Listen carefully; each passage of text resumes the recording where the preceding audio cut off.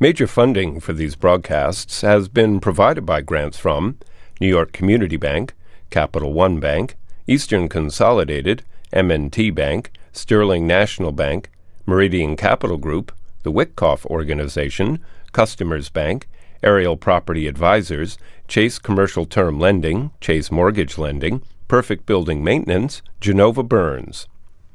Additional funding has been provided by AKA Hotels, Corman Communities, AmTrust Title Insurance Company, AVR Realty Company, Bank of America, Merrill Lynch, Bank Leumi USA, Briarwood Organization, CBRE, Citizens Bank, Cohen Equities, Colliers International NYC, Collins Building Services, Connect One Bank, CPEX Real Estate Services, Dime Community Bank, Douglaston Development, Levine Builders, Flushing Bank, Friedman LLP, Handro Properties, Handler Real Estate Organization, HAP Investments, Hodges Ward Elliott Inc., Investors Bank, James D. Kuhn Real Estate Center at Syracuse University, Kilroy Architectural Windows, Madison Realty Capital, Matone Group, Mercantile Bank, New Banks, Newmark Grubb Knight Frank, Optimum Window Manufacturing Corp., People's United Bank, Polsonelli, Rosewood Realty Services, SJP Properties, Stonehenge Partners, TD Bank, Terra CRG, the Knackle Group at Cushman and Wakefield, Maring-Goff Family Foundation, the Moynihan Group, and these friends.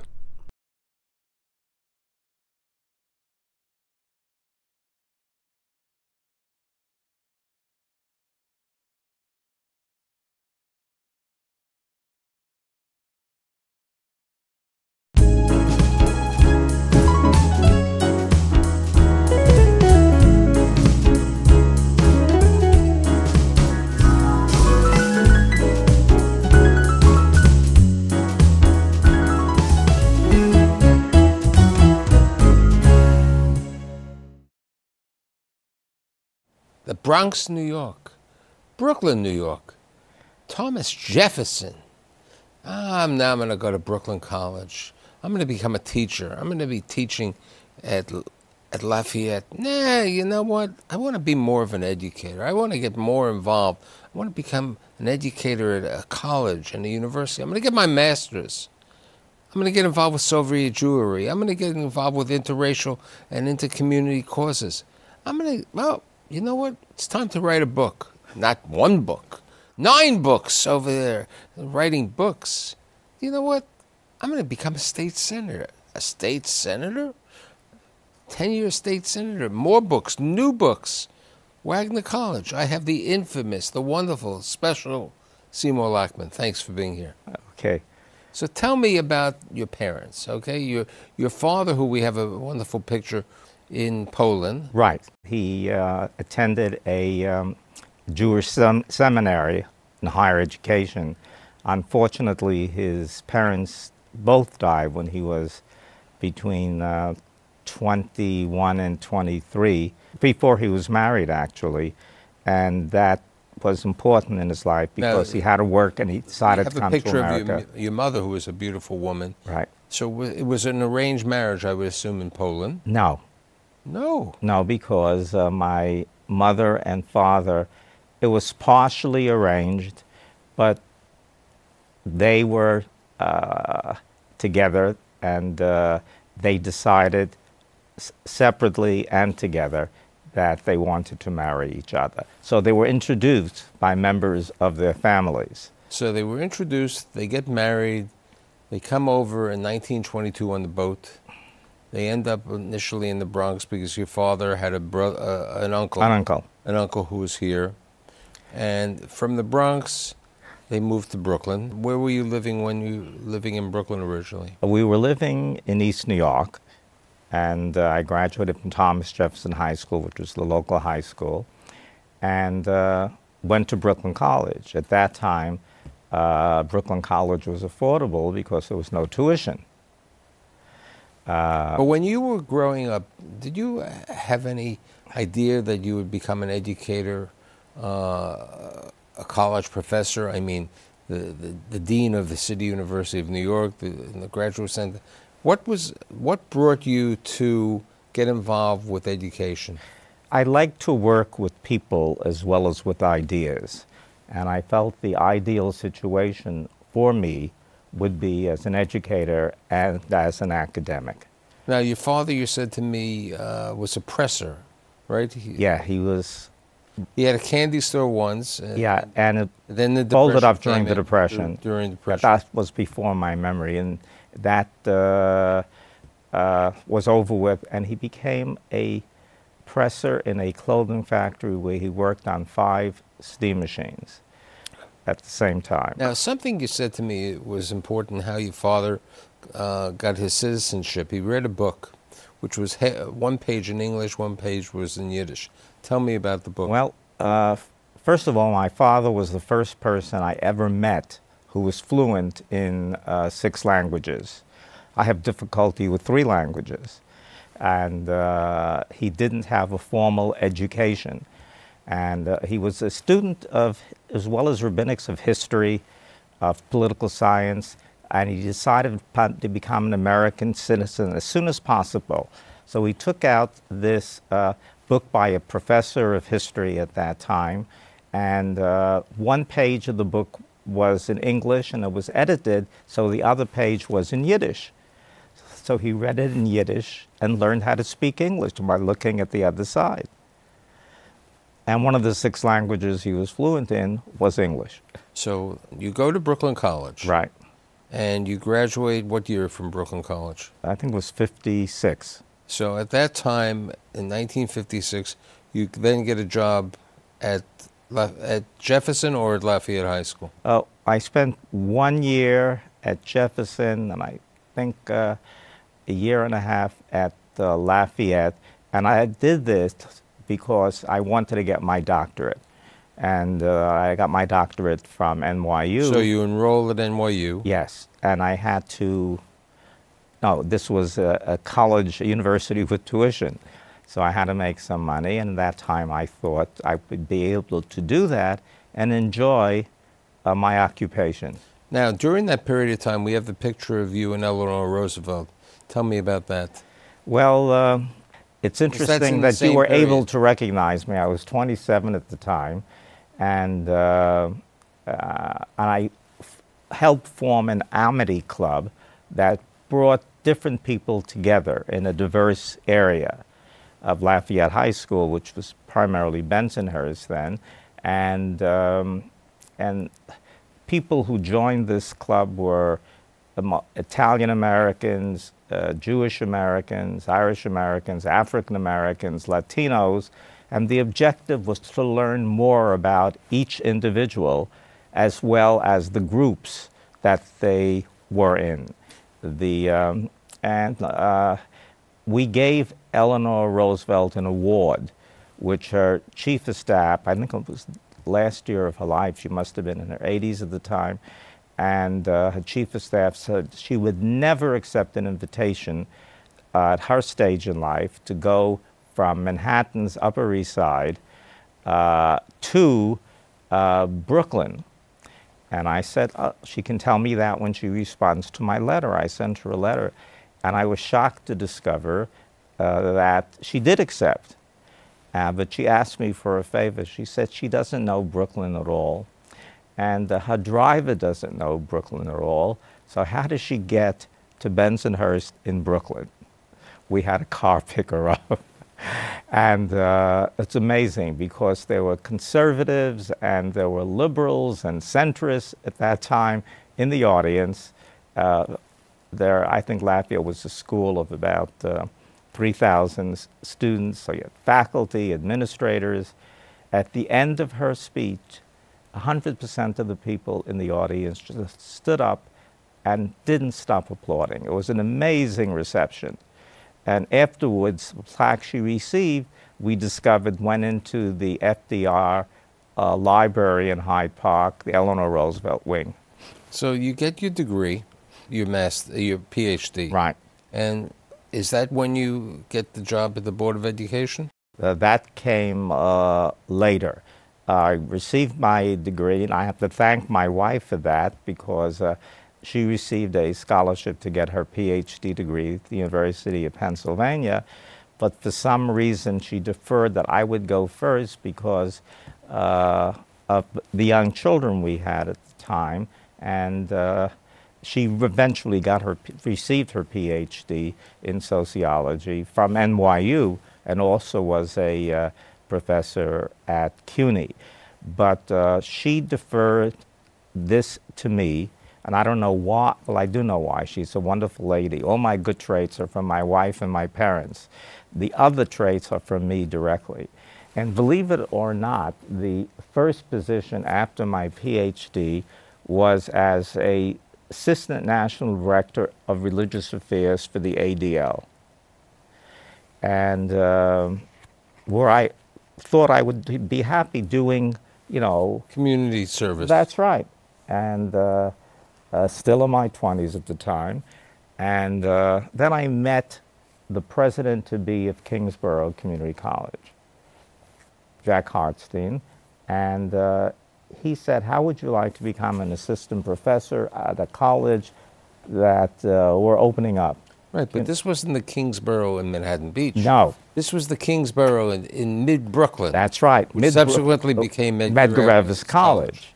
Rudy Crew, who used to be a chancellor at the Board of Education, is now the president of that college. It was a totally different population.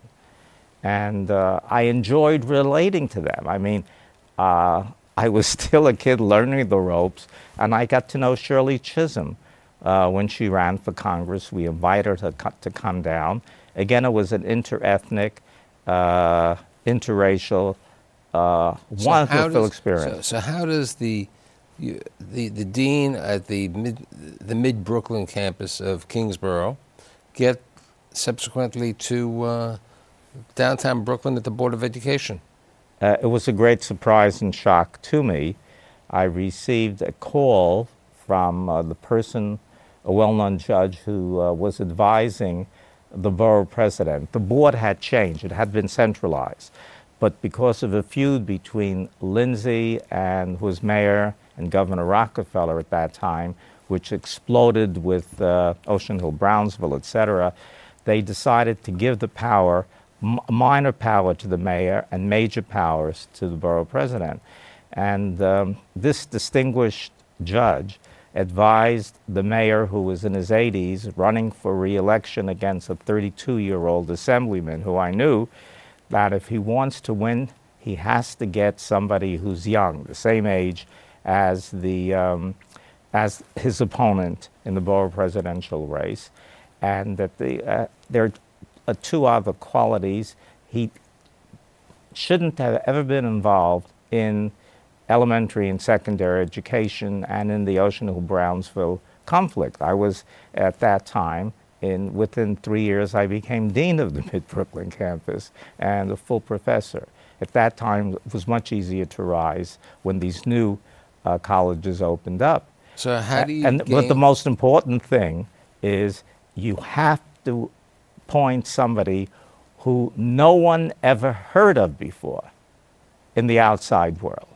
And I really fit that category. So you hit the appropriate character. That's right. But that's how you entered the Board of Ed. But how did you become the president of the Board of Ed? How did I become president?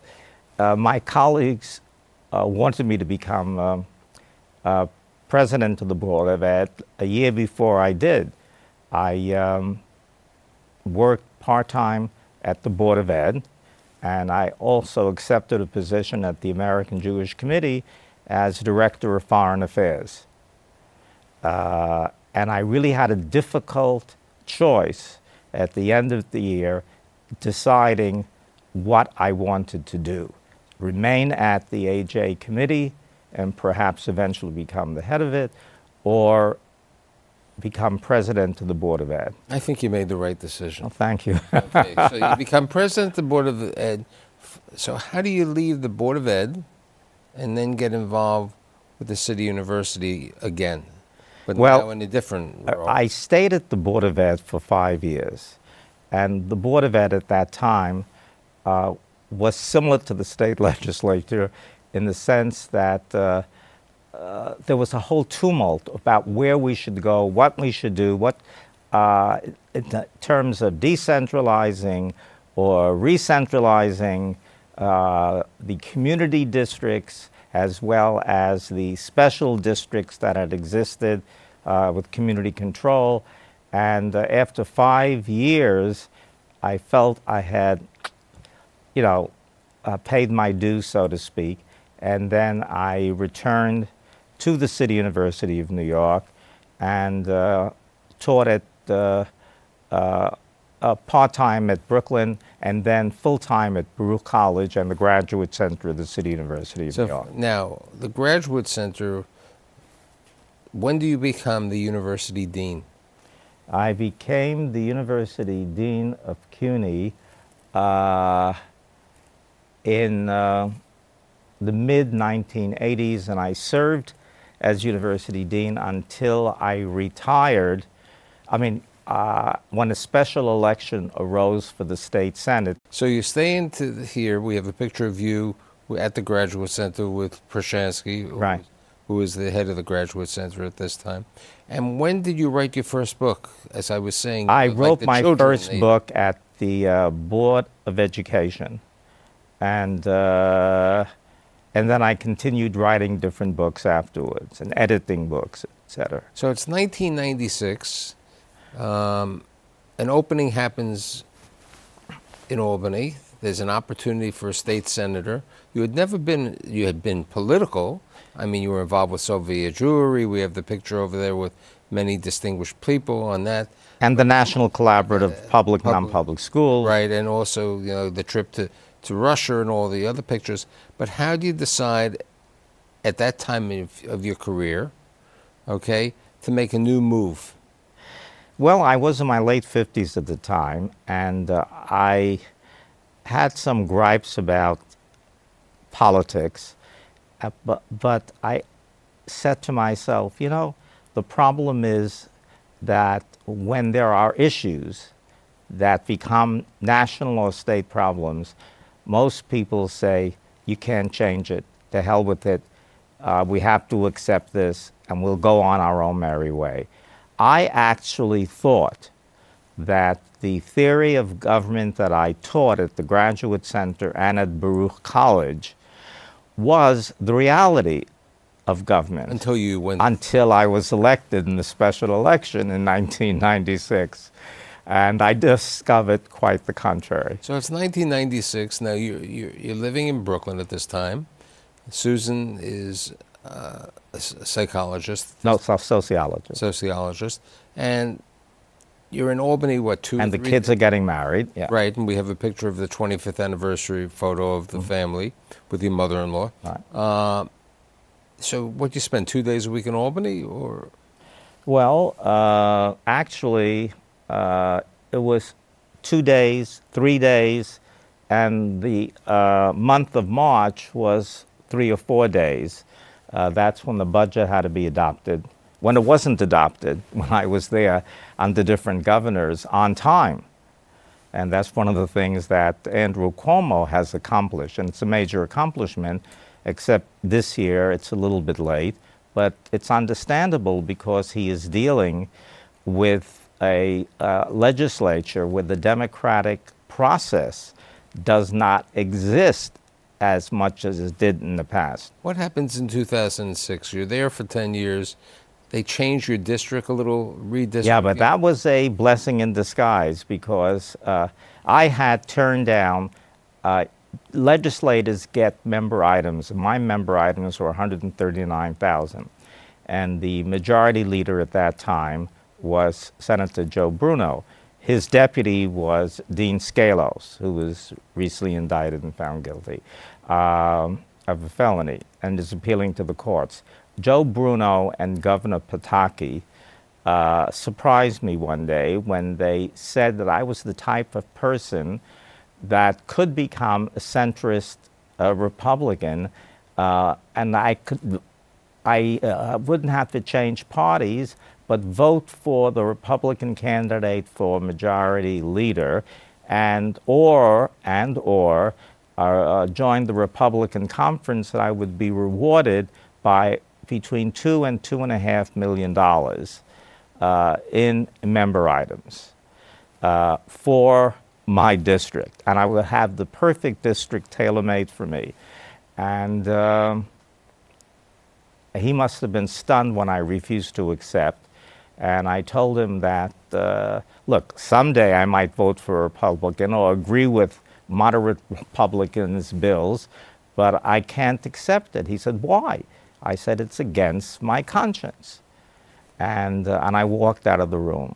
And there was another senator waiting outside who was a Democrat from Brooklyn who said, did you say yes or no? I didn't realize he even knew I was in there.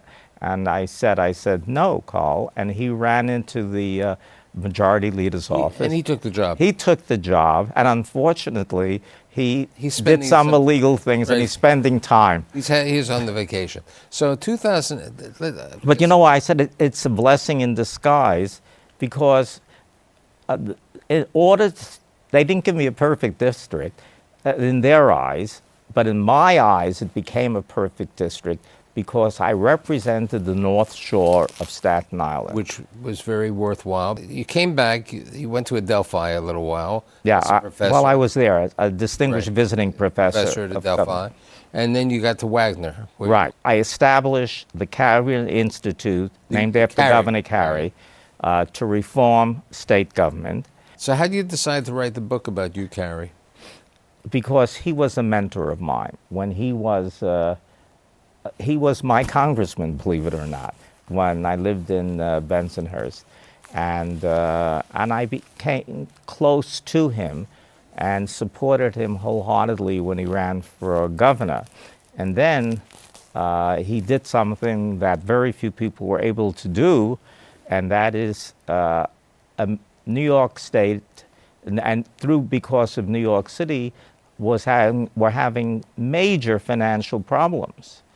And he changed things during his 2 terms in office. And New York did not become bankrupt.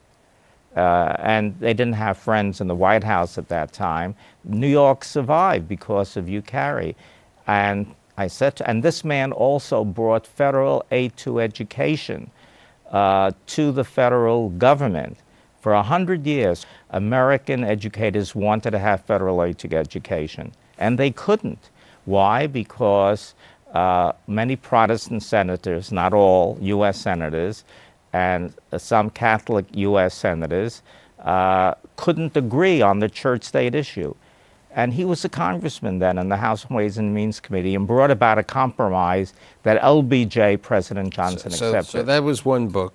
Then you wrote a book about Lou Rudin. Yes. Why'd you write the book about Rudin? One error that I did in writing the Carey book is I didn't put into perspective what people who were not in government could do to aid New York from avoiding bankruptcy. Not just the business leaders or the union leaders like Shanker and Gottbaum, but like Lou Rudin. And Bill Rudin is a friend of mine, his son, and he suggested that he'd like to have something written about his father. I said, let me do some research first. And I discovered that, you know, the New York Marathon, which was confined to Central Park in Manhattan, became a 5-borough event. Right, and the Association for a Better New York. Association for a Better New York, when the mayor at that time disapproved because of a movie that didn't place New York in a good light. In terms of movies, he wanted to get rid of movies in New York, and now it's a tremendous money, and Lou Rudin was able to convince the mayor to do that. Bulletproof vests. The government wasn't paying police officers to get bulletproof vests. Then about, what was 2010 you wrote 3 Men? 3 Men in a Room, I wrote in 2007 or 8 it was published. 2007, right. So now this year you just came out with a new book called Failed State, which is like a revised edition of 3 Men. Right. So tell me a little bit about this book. Well, the need for the book became embedded in my mind because of the worst things that were happening. Legislators who were initially doing things that I considered unethical became illegal. They crossed the line. Why did they cross the line? Because in the New York State legislature, which is one of the worst in the nation, and it used to be one of the best in the nation, you have almost absolute power given to two people, the Senate Majority Leader and the New York and the Speaker of the Assembly. One a Republican historically and one a Democrat. What do I mean by almost absolute power? We don't write the budget. I was on the budget committee. We didn't involve ourselves in writing it. The leaders and their staff prepare a budget, and they expect us to approve the budget. And they don't permit us to change any provisions of the budget, and they give us a half hour to read a 2,000-page phone directory that's called a budget, and then we have to vote. So, look, the leadership appoints the chairs, the leader of each committee, and they get perks, 30, 40, 50,000 for that. See, but my viewers are going to have a great opportunity when they read the book. because we have to, with like a minute and a half less, we have to talk. You're married how many years? I'm married over 50 years to Susan. I have a couple of children. You have a son who was a rabbi in Baltimore. Yes, he's the dean of a seminary, the Friedman Colale of Greater Washington. Right, and you have a daughter. My daughter is a social worker. We've been blessed with a large number of grandchildren. You have about 11, I think? Yes, as of now, so we have 11. We have that picture over there with grandchildren, right? Yes.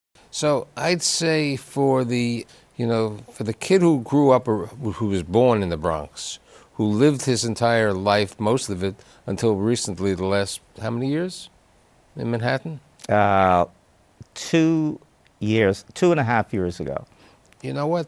The kid did well, and more important, he's a real mensch, and thanks for being here today. Thank you very much, but I owe all this to my parents and to my wife.